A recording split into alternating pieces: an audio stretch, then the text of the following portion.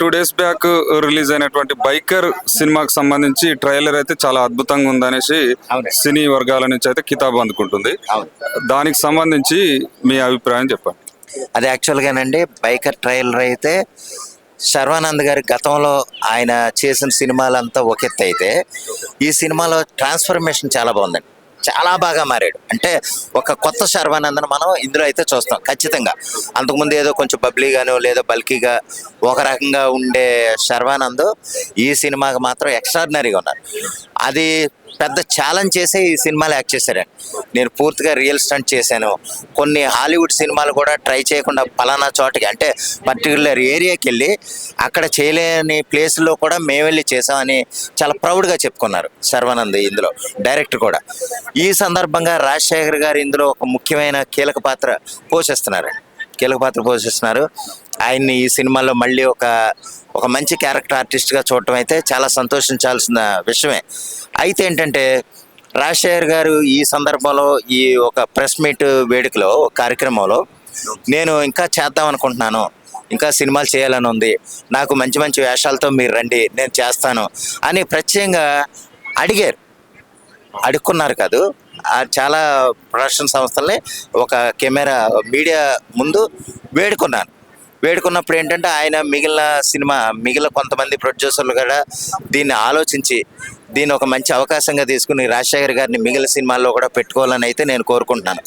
అయితే ఇక్కడ చిన్న పొరపాటు అయింది. చాలా అంటే గత కొన్నేళ్లుగా ఆయన ఎలాగంటేనండి రాజశేఖర్ గారి మీద ఉన్న నెగిటివ్గా ఆయన ఈ పరిస్థితికి రావడం కారణం అయితే ఆయనే. వాస్తవానికి ఎలాగంటే సెట్స్కి లేదా టైంకి రారు, టైంకి అస్సలు రాడు ఆయన.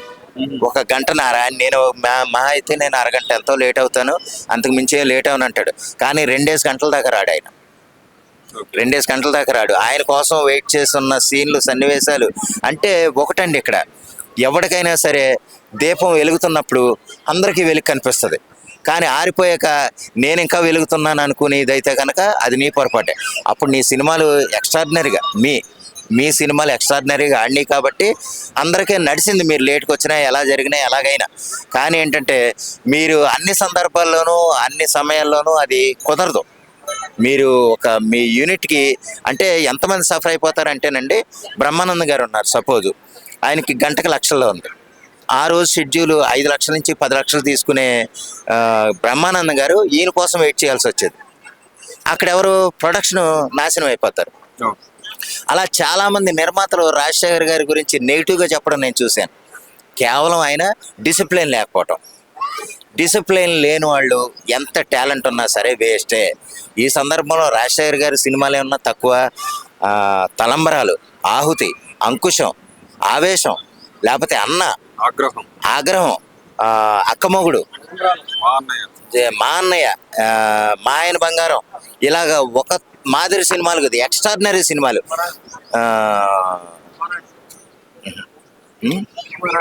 సింహరాశి ఉండండి, ఇంకా ఉంది శోభన్ బాబు గారు ఈయన చేసింది. శోభన్ బాబు గారును రాజశేఖర్ గారు చేసిన సినిమా అక్కమ్మ కూడా చెప్పాను ఆల్రెడీ. అది కాదు ఇంకటి ఏదో ఇలాగ గొప్ప సినిమాలన్నీ ఆ సమయంలో చిరంజీవి గారితో సమానంగా ఫ్యాన్ బేస్ సంపాదించుకోగలిగిన హీరో, అంత గొప్ప హీరో అయితే రాజశేఖర్ గారు. కేవలం ఆయన స్వయంకృతాపరాధం తప్ప, ఆయన చేతులారా చేసుకున్న తప్పండి. అదే ఇప్పటికి కొంతమంది చెప్తూ ఉంటారు, చిరంజీవి గారు ఇప్పుడు కూడా అరగంట ముందు ఉంటారు, రెడీగా స్పాట్లో రెడీ అయిపోయింది.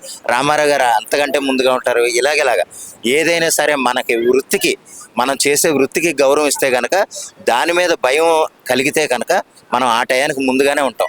అలా ముందుగా ఉండి ఇక మీదటైనా సరే సరైన తగినంత సమయానికి వచ్చి రాజశేఖర్ గారు మళ్ళీ ఫుల్ ఫామ్లోకి రావాలని అయితే నేను కోరుకుంటున్నాను. అది అంటే ఆయన మళ్ళీ యాక్సిడెంట్ అవ్వటం, చాలా వాళ్ళ అమ్మగారు పోయిన తర్వాత అయితే చాలా డల్ అయిపోయారు. ఏదేమైనా సరే కొన్ని సందర్భాల్లో రకరకాల పార్టీలు మారిపోయి పార్టీలు ఇచ్చిన డబ్బులు తీసుకుని ఇంకొకళ్ళని విమర్శించడం, చిరంజీవి గారిని కూడా విమర్శించడం ఆయన ప్రథముడు. చిరంజీవి గారిని ఎంత దారుణంగా విమర్శించి రక్తం అమ్ముకుంటున్నారో, ఎప్పుడైతే చిరంజీవి గారిని విమర్శించాడో అప్పుడే ఆయన రోడ్డు మీదకి వచ్చేసాడు. చిరంజీవి గారు ఫ్యాన్స్తో పెట్టుకుంటే ఎలాగుంటుంది అంటేనండి, వాళ్ళు ఏం చేయరు, ఆయన సినిమా చూడడం మానేస్తే సరిపోదు. వాళ్ళ పని సినిమా చూడడం మానేస్తారు అంతే. ఇంకీడు అగాధంలోకి వెళ్ళిపోతాడు. మోహన్ బాబు పరిస్థితి అదే. మోహన్ బాబు పరిస్థితి ఈరోజు కనీసం ₹1,00,000 కూడా ఆ, మన ఏది ఓపెనింగ్స్ వచ్చేలాగా లేవు. కేవలం ఏంటంటే చిరంజీవి గారిని టార్గెట్ చేసిన వాడు ఎవడో కూడా బతికి బట్టకట్టలేదు. బతికి బట్టకట్టం అంటే ఎంత అగాధంలోకి పోయారో మనం ప్రత్యేకంగా చెప్పనవసరం. వాళ్ళు ఏం చేయరండి, కొట్టేరు చంపేరు. వాళ్ళ సినిమాలు చూడడం మానేస్తే చాలు పోతాడు వీడు. అలాగే ఎప్పుడైనా సరే అందరికీ మంచి చేయాలనుకున్న చిరంజీవి గారిని మంచిగా ఉంటే తర్వాత చిరంజీవి గారు హెల్ప్ చేశారని రాజశేఖర్ గారే చెప్పారు. మా పాపకి ఇది చేస్తున్నాను నేను, ఇది మెడికల్ కాలేజ్ సీట్ కోసం వెళ్తే చిరంజీవి గారు హెల్ప్ చేశారు. ఆ సందర్భంలో ఏంటంటే జీవితం వెళ్తే లేదు రాజశేఖర్ రాలేదా అని అడిగితే నన్ను పిలిస్తే మళ్ళీ నేను రెడీ అయ్యి వచ్చాను. ఇలాగలాగా తర్వాత పాజిటివ్గా ఉన్నప్పుడు అదే పాజిటివ్గా ఉన్నవాడు నువ్వు వేరే పార్టీ వాళ్ళు ఇచ్చిన డబ్బులు తీసుకుని ఎంత దారుణంగా విమర్శించావో మర్చిపోకూడదు. ఆయన ఏదో నేనే ఇదైపోయి ఫీల్ అయిపోతాడు, నేను గొప్పని ఫీల్ అయిపోతాడని ఎంత దారుణంగా విమర్శించాడానండి. ఎక్కడ లైవ్ టీవీల్లో చిరంజీవి గారు ఏంటంటే నేనే గొప్ప అనుకుంటాడు, అది అని ఎటగారం నవ్వుతా. అతను పతనం ఎందుకో అతనికే తెలిసి రోడ్డు మీదకి వచ్చేసాడు. తర్వాత మళ్ళీ ఇప్పుడు ఏదో నానా అవకాశాలు ఎప్పటి నుంచి మళ్ళీ ధృవాలో అరవింద్ స్వామి గారి పాత్ర ఆయనకు రావాలి యాక్చువల్గా. కానీ యాక్చువల్గా రాజశేఖర్ గారు అంటే కొంత ఫుటేజ్ కలిసి వస్తుందని ధృవాలో ఆయన్నే కంటిన్యూ చేశారనుకోండి. కానీ యాక్చువల్గా అదే సమయానికి రాజశేఖర్ గారు ఏ బొప్పు లేకుండా ఏ తలపొగరు లేకుండా ఉంటే కనుక కొన్ని పాత్రలు అయితే చిరంజీవి గారి నుంచి వచ్చినాం. రోడ్డు మీదకి వచ్చేసిన వాళ్ళని కూడా పైకి లేపిన వాళ్ళే చిరంజీవి గారు, శ్రీకాంత్ గారిని లేకపోతే కొంతమందిని వాళ్ళు మళ్ళీ ఏది అయ్యో పట్టించుకోకుండా దగ్గర తీసుకుని సరే పాత్రలు ఇవ్వండి అని చెప్పి ఇప్పుడు ఏది మళ్ళీ నెక్స్ట్ వచ్చే సినిమాలో రాజశేఖర్ గారిది చిరంజీవి గారి సినిమాలోనే ఒక అవకాశం అంటున్నారు. ఏదేమైనా సరే ఆ హీరోయిజం పట్టింపు లేక మన పరిధి మనకెంత పాత్ర ఇస్తున్నారో దాన్ని ఎంత గొప్పగా చేయాలనుకుంటే కనుక వాళ్ళు ఆటోమేటిక్గా ఎదుగుతారండి. ఇంకోళ్ళు తొక్కక్కలే, ఇంకో తొక్కే అవకాశం వీళ్ళు ఇవ్వకూడదు. అంతే తప్ప అంతకంటే ఏం కాదు. రాజశేఖర్ గారు అయితే గొప్ప నటుడు. ఆయన ఇంకా మంచి మంచి పాత్రలు చేసి ఎంతో అంటే ఆయనకు ఆల్రెడీ దగ్గరికి వచ్చింది. అటు చిరంజీవి గారికి అయినా ఇంకా చివరి దశాన్ని కాదు కానీ మహా అయితే ఇంకొక 5-6 సంవత్సరాలు లేదా 10 సంవత్సరాలు చేయగలరు. ఈ చివరి టైంలోనైనా సరే రాజశేఖర్ గారు చాలా మంచి పాత్ర పోషించి మంచి గుర్తింపు గతంలో ఎంత గొప్పగా ఆయన చేశారో అంత గొప్పగానే ఆయన ఇంకా వెలుగొందాలని నేను కోరుకుంటున్నాను. అవును సార్, అయితే ఇక్కడ మీరు అన్నట్లు ఆలోచిస్తే అంటే హీరోయిజం అనేది పక్కకు పెట్టి నటిస్తే తప్పకుండా తనలో ఉన్న నటుడు బయటకు వస్తాడు అనేసి చెప్పడం జరిగింది. అందులో భాగంగానే మన జగపతి బాబుని ఆదర్శంగా తీసుకోవచ్చు అని చెప్పొచ్చా? ఎందుకనంటే అతను హీరో క్యారెక్టర్ నుంచి ఇప్పుడు మెయిన్ విలన్ క్యారెక్టర్ లోకి వచ్చాడు. ఆదర్శంగా తీసుకోవాలండి, జగపతి బాబు గారిని ఆదర్శంగా తీసుకోవాలి. ఎందుకంటే ఆయన ఫేడ్ అవుట్ అయిపోయాడు.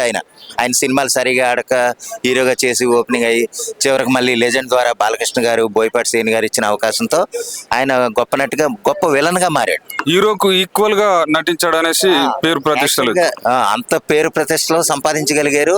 ఒక విధంగా జగపతి బాబు గారు చెప్పింది ఏంటంటే నేను హీరోగా చేస్తున్నప్పుడు ఉన్న రెమ్యూనరేషన్ కంటే నేను విలన్ గానే ఎక్కువ చేస్తున్నాను, అప్పుడే నాకు ఇంకా ఎక్కువ డబ్బులు వస్తున్నాయి, నాకు గొప్ప పేరు వస్తుంది, ఇంకా అందంగా ఇప్పుడే కనపడుతున్నాను అని ఆయన చెప్పడం చాలా స్పోర్టివ్గా తీసుకుంటేనే కానీ ఆ మాటలు రావండి.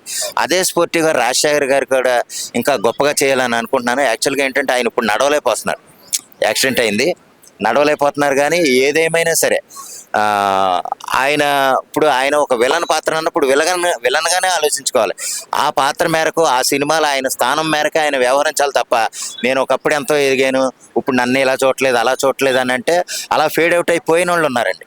రాజశేఖర్ గారు ఏం పట్టించుకోకుండా ఆయన పాత్ర మేరకు ఆయన ఎంతవరకు గొప్పగా చేయగలరు అంత గొప్పగా నువ్వు చేస్తే కనుక ఆయనకు మళ్ళీ అంత కీర్తి వస్తుంది అంటంలో సందేహం లేదు. ఇప్పుడు ఒక పెద్ద విలన్గా ఆప్షన్ కావాలంటే మనకి జగపతి బాబు గారు అంటున్నాం. అలాగే ఇప్పుడు చాలా సినిమాల్లో మనం ఏంటంటేనండి మోహన్ బాబు గారిని పెట్టుకుంటున్నారు.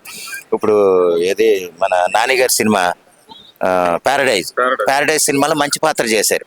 ఒకప్పుడు గొప్ప హీరోనే కాదంటలేదు, కానీ ఏంటంటే టైం చెప్తుంది, నువ్వు చేసే పనులు బట్టి టైమే నీకు చెప్తుంది నువ్వు ఎక్కడ ఉండాలి ఏం చేయాలనేది.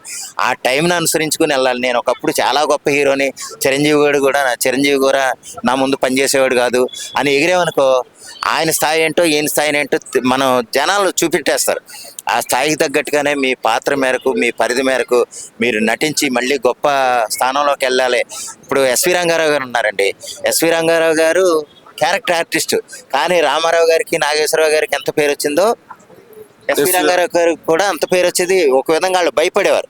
అటువంటి పరిస్థితుల్లో ఉన్న మోహన్ బాబు గారు గతంలో చిరంజీవి గారి మీద రకరకాల వాళ్ళ మీద ఎన్నో విమర్శలు చేసి, ఎన్నో గొడవలు చేసి, ఎంతో రౌడీజాలు చేసి ఆయన ఇప్పుడు ఫ్లాప్ అయిపోయారన్న సంగతి మనకు తెలిసిందే.